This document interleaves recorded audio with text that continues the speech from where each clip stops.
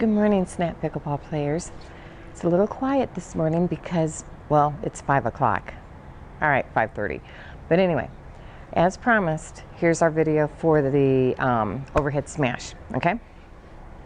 Now, what happens is our opponents, bless their hearts, have popped the ball up. And we are like, all right, we get to bam this baby, right? So what we want to do, as soon as we see that pop up, we're here at the ready, okay? Nice and ready. And it pops up. Well, the first thing I do when I see it is I bring my arms like that. All right? Let's see. Like that. Now, there's a couple reasons why I bring this hand up. One, balance. Because if you don't, you're like this, you're not going to have balance. You're just going to be awkward and you could fall into the kitchen, which is not a good place to fall. Another reason is, let's see, balance, intimidation. You know, as soon as it, automatically they know that they did a boo-boo because the ball is going up and they're like, ah, snap, and they're backing up, getting ready for the defend because we're like this, okay? We want to make our opponents uncomfortable. To make our opponents uncomfortable, we go ahead and intimidate them by doing this.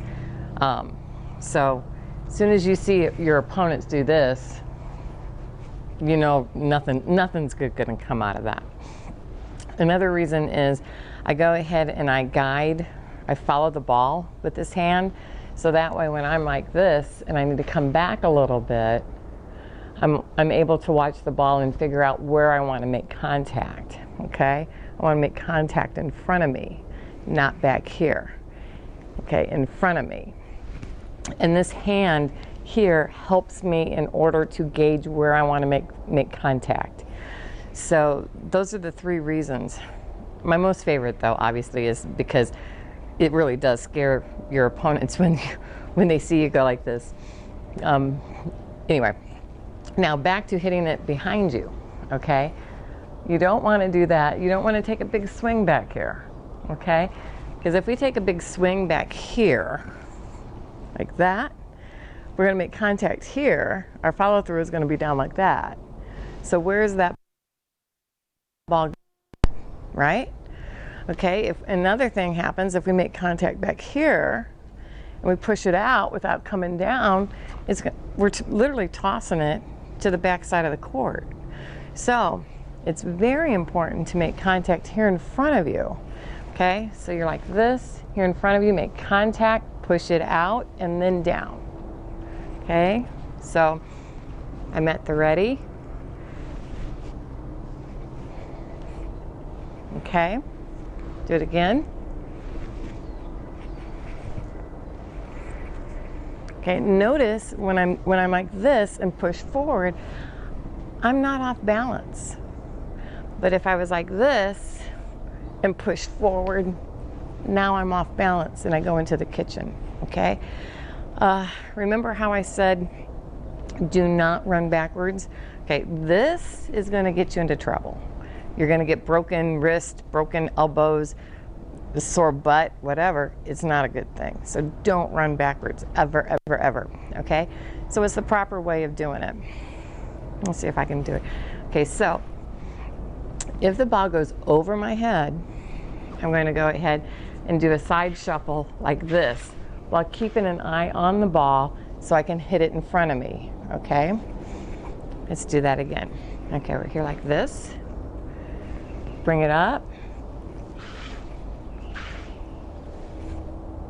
Okay, now for my advanced players who want to do the fake out, if you see your opponents retreat after they pop the ball up, okay, one of my favorite ones was in a tournament, and this poor woman, she kept popping the ball up, and so I would constantly do this, boom, right? And as soon as she popped it up, she would go like this. That's one of the reasons why I like, anyway. But anyway, as soon as you see them run backwards and you've done your little intimidation factor, As soon as you see them run back, not run backwards, oh, I didn't mean to say that, shuffle backwards. As soon as you see them retreat, you're going to go ahead and make sure that they're still retreating, and then you're just going to plop it right here. Now, the key is not to do it hard. And the reason you don't want to do it hard is because if you do it hard and they're mobile, they could go ahead and the ball will pop up too high.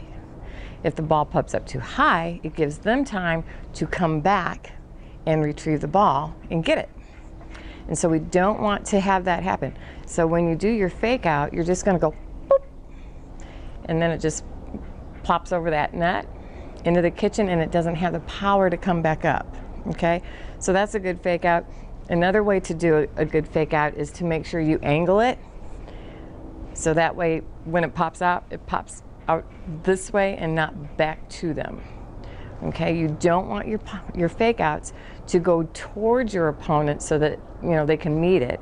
You want it to go out so that it bounces out of the court.